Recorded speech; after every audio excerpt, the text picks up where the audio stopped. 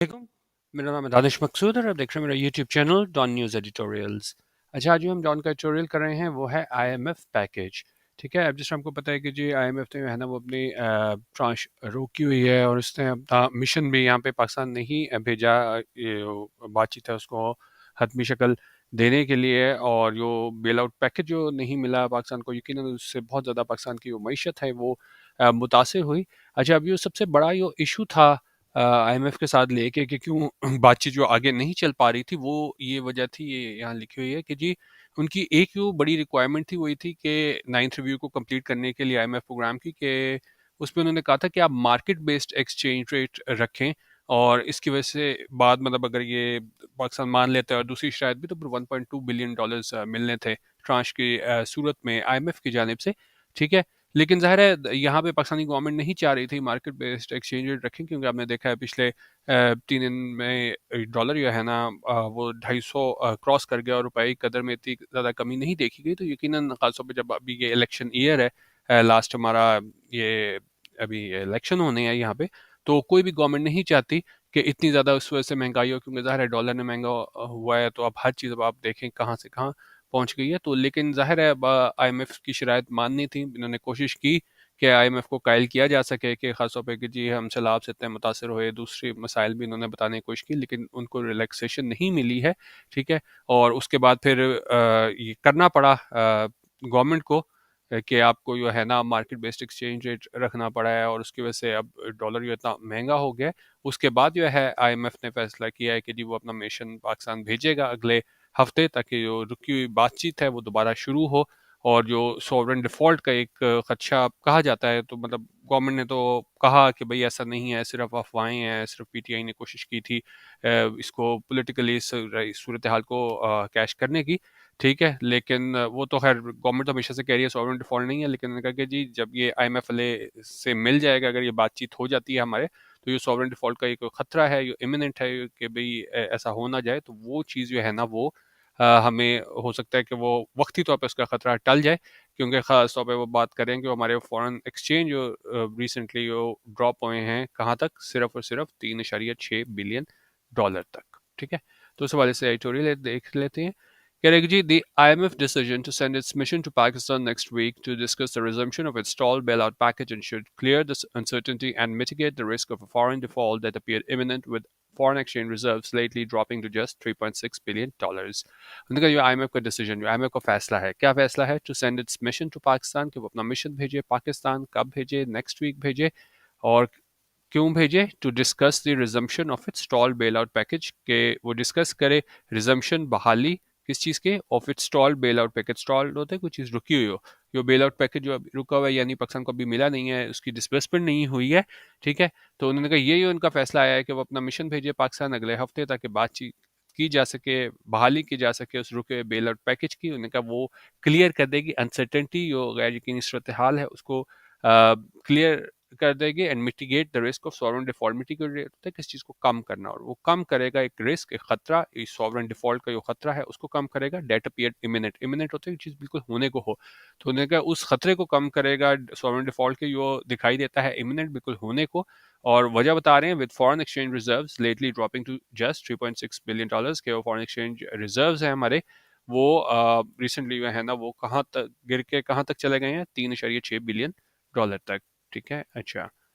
अब इसमें क्या है, कह रहे हैं जी that the fund is sending its officials to conclude the discussions on the pending review of the program after 3 months, and only after the state bank lifted the administrative restrictions on the exchange rate to let the rupee discover its market value against the dollar, shows that the government is unlikely to win any significant relaxations from it.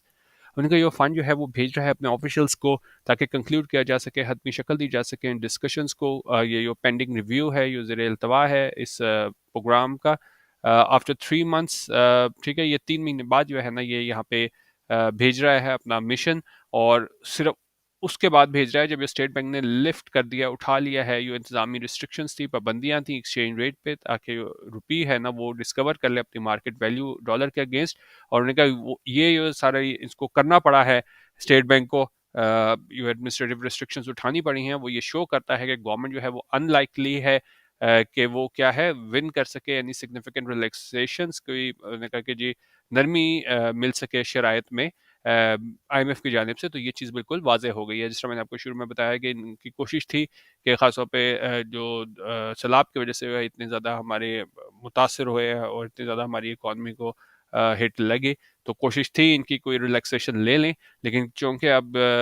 IMF के से ये conclude करना था bell out package के लिए, stalled bell out package था उसके लिए इसको कंडीशन माननी पड़ी है IMF की, तो उन्होंने कहा इससे पता चलता है कि हम गवर्नमेंट जो है ना वो इस पोजीशन में नहीं है कि वो रिलैक्सेशन हासिल कर सके, शराइत में नरमी हासिल कर सके IMF की जानिब से, ठीक है। अच्छा, अब कह रहे हैं कि while it is crucial to seek immediate IMF funding to shore up its reserves, the government should not focus only on short-term relief. अच्छा, अब देखें यहाँ पे बहुत बड़ा ये एक सवाल हमेशा से ये आता है कि भाई कहा जाता है कि जी कोई भी गवर्नमेंट हो, किसी एक पर्टिकुलर गवर्नमेंट पे तनकीद नहीं की जा रही, कौन सी भी गवर्नमेंट होती है जहाँ उसको ज़रा सा अपने ख़तरा होता है पॉलिटिकल कैपिटल पे मुतासर होने का, तो वो क्या है वो IMF के पास चले जाते हैं कि भाई ठीक है यहाँ से कर्जा ले लेते हैं, अगली हुकूमतें बाद में देख लेंगी। तो उसमें पहली चीज़ ये होती है कि क्या हमें IMF के पास जाना चाहिए कि नहीं, क्योंकि वक्ती तौर पे तो आपको वहाँ से रिलीफ मिल जाता है, लेकिन यकीनन पाकिस्तान के लिए है ना वो बहुत ज़्यादा खतरा हो जाता है, पाकिस्तान की मईशत के लिए बहुत ज़्यादा खतरा हो जाता है और उसका है बहुत ज़्यादा अदम इस्तेहकाम आ जाता है। तो उनका ये बिल्कुल क्रूशल है, अहम है कि हम हासिल करें, सीख करें इमीडिएट IMF फंडिंग, फौरी IMF फंडिंग हासिल करें, किस लिए? To shore up its reserve. Shore up होता है किस चीज़ को सपोर्ट करना, ठीक है। तो उन्होंने कहा क्योंकि जिस तरह ऊपर उन्होंने बताया कि जी फॉरेन एक्सचेंज रिजर्व्स इतने कम हो गए, तो उन्होंने कहा वक्ती तौर पे तो आपको फौरी ये ज़रूरत है IMF फंडिंग की, ताकि सपोर्ट मिल सके इसके रिजर्व्स को। लेकिन इंपॉर्टेंट बात क्या कह रहे हैं? The government should not focus only on short term relief, कि चलें अब जो भी खतरा था इमिनेंट जो सॉवरेन डिफॉल्ट ना हो जाए, तो उसके लिए तो आपने ये काम कर लिया, लेकिन उनका गवर्नमेंट को फोकस नहीं करना चाहिए सिर्फ शॉर्ट टर्म रिलीफ के ऊपर, ठीक है। अच्छा, वो कह रहे हैं कि जी the current loan package is set to end on June 30th, and if there is no new snag, we will get up to $3 billion in funding from the lender. उनका जो करंट लोन पैकेज है वो कब खत्म हो रहा है? 30 जून को। और कोई भी अगर कोई नया स्नैग नहीं होता, स्नैग होता है कोई प्रॉब्लम डिफिकल्टी के बीच में और कोई मुश्किल नहीं आती, तो फिर हम क्या है तकरीबन हमें मिल जाएंगे $3 बिलियन फंडिंग में। कहाँ से? लेंडर से, यानी कि IMF की जानिब से, ठीक है। This may take care of our immediate balance of payment needs, but will not be sufficient to cope with a similar payment crisis in next fiscal year and beyond. अच्छा, अब इम्पोर्टेंट बात यह कर रहा है कि चलें ये अभी हमारी फौरी बैलेंस ऑफ पेमेंट की ज़रूरत हैं, उसको तो चले ये शायद पूरा कर ले, लेकिन ये सफिशेंट नहीं होगा, काफ़ी नहीं होगा कि हम कोप कर सकें, बर्दाश्त कर सकें, सामना कर सकें, मुकाबला कर सकें इसी तरह के जो पेमेंट क्राइसिस हैं, एक तो नेक्स्ट फिस्कल ईयर, अगले माली साल एंड बियॉन्ड, उससे आगे, ठीक है। तो उनका वक्ती तौर पे तो ये आपको हेल्प कर देगा, ये बैलेंस ऑफ पेमेंट हमारी जो नीड्स हैं उसको पूरा कर देगा, लेकिन ये अगले माली साल और उससे आगे के लिए है ना ये सफिशिएंट नहीं होगा, काफ़ी नहीं होगा। It is therefore advisable that the government seek to increase the size of IMF funding and the program and extend its duration. तो उन्होंने कहा लिहाजा ये एडवाइजेबल होगा कि जो गवर्नमेंट है वो सीख करे, मांग करे, डिमांड करे कि जी इजाफा किया जाए IMF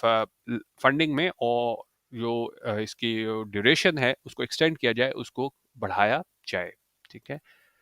There is a kind of a national consensus on the need for IMF dollars for stabilizing the economy and boosting foreign currency reserves. उनका एक तरह का जो है ना नेशनल कंसेंसस है, सारे इस बात पे एग्री करते हैं कि ज़रूरत है IMF डॉलर्स की, ताकि इस्तेहकाम लाया जा सके इकॉनमी में एंड और उसको बूस्ट किया जा सके, सपोर्ट किया जा सके,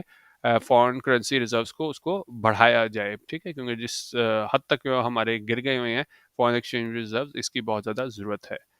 ठीक है। अच्छा,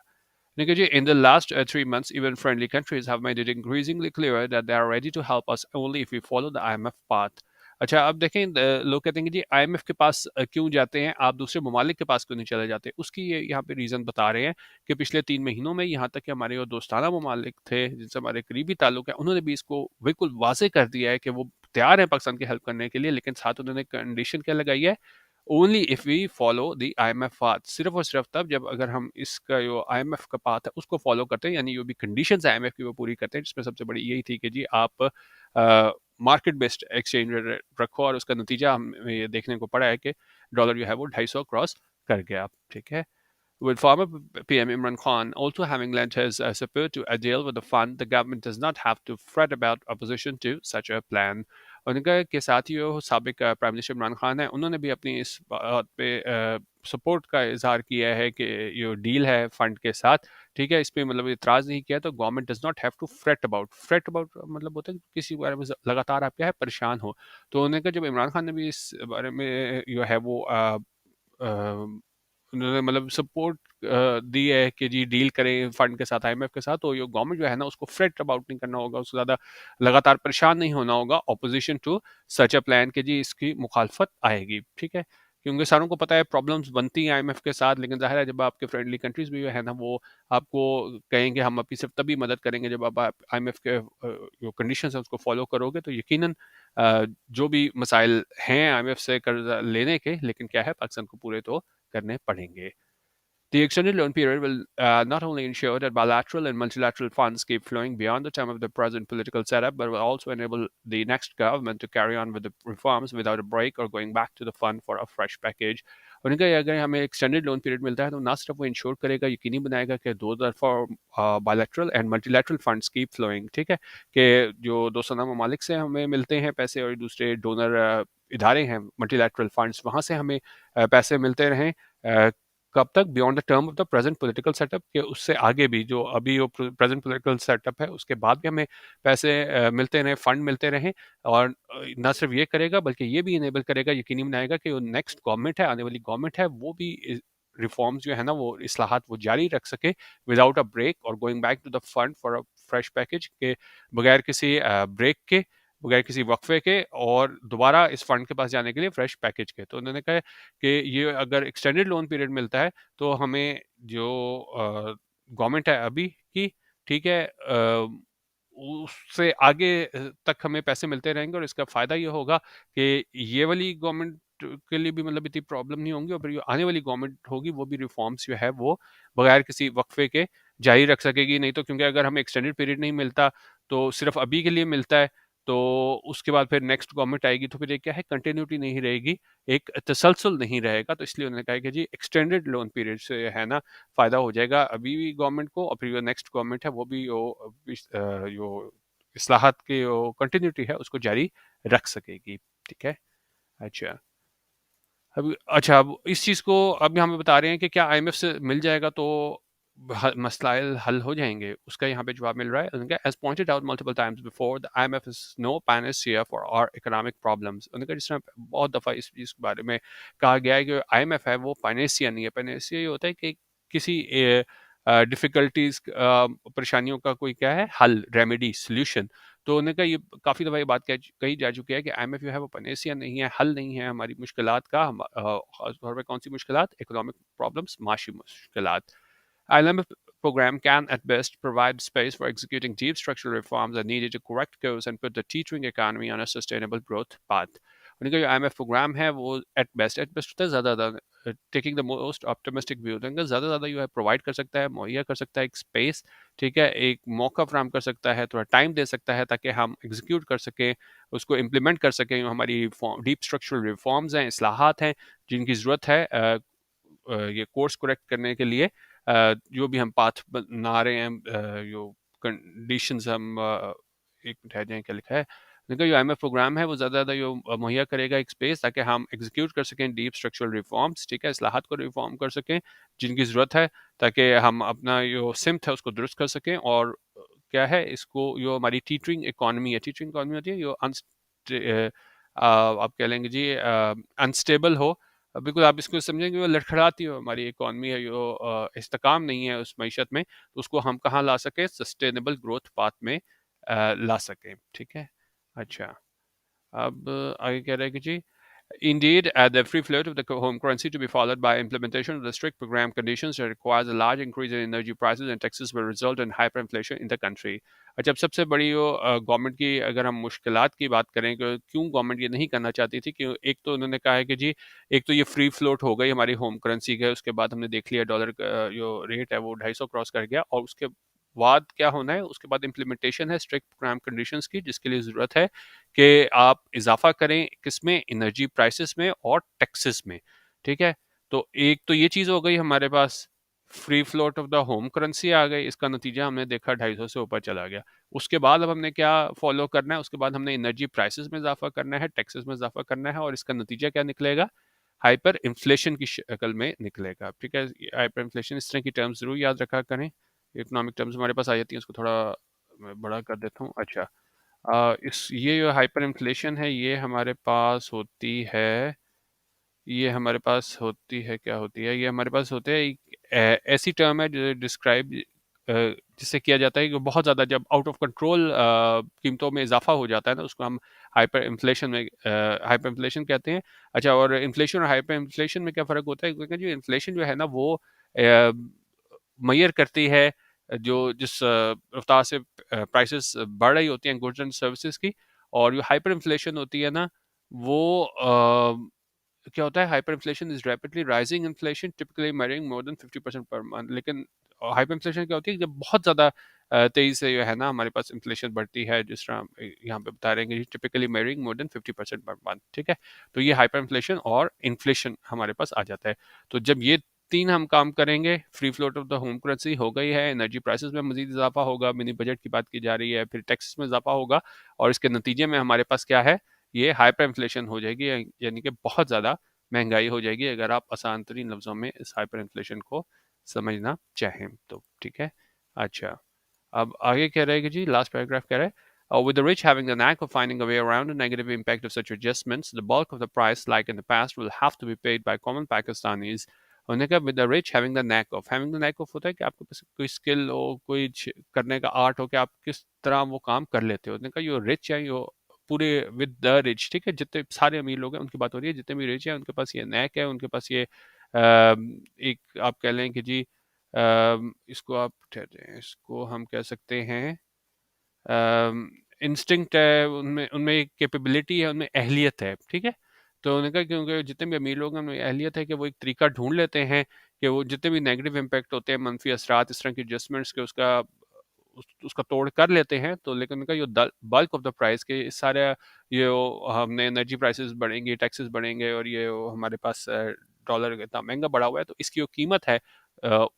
जिस तरह माजी में भी होता है, इसको क्या है, इसको चुकाना होगा कॉमन पाकिस्तानीज। ठीक है, क्योंकि जो भी हो फ़र्क तो ज़ाहिर है आम शहरी को पड़ता है, आम पाकिस्तानी को पड़ता है, तो उनका इसकी कीमत जो चुकानी पड़ेगी वो आम पाकिस्तानी को ही चुकानी पड़ेगी, जैसा माजी में भी होता आया है। While street riots are only a small possibility at this point, these may soon become a reality should the ruling elite again fail the people. उन्होंने जहाँ ये स्ट्रीट राइट्स हैं, दंगा फसाद, ये इसमें स्ट्रीट राइट्स में कि हमें मतलब देखने को मिल जाए इतनी ज़्यादा महंगाई के बाद, उन्होंने कहा ये अभी स्मॉल पॉसिबिलिटी है, अभी मतलब कम इम्कान है इस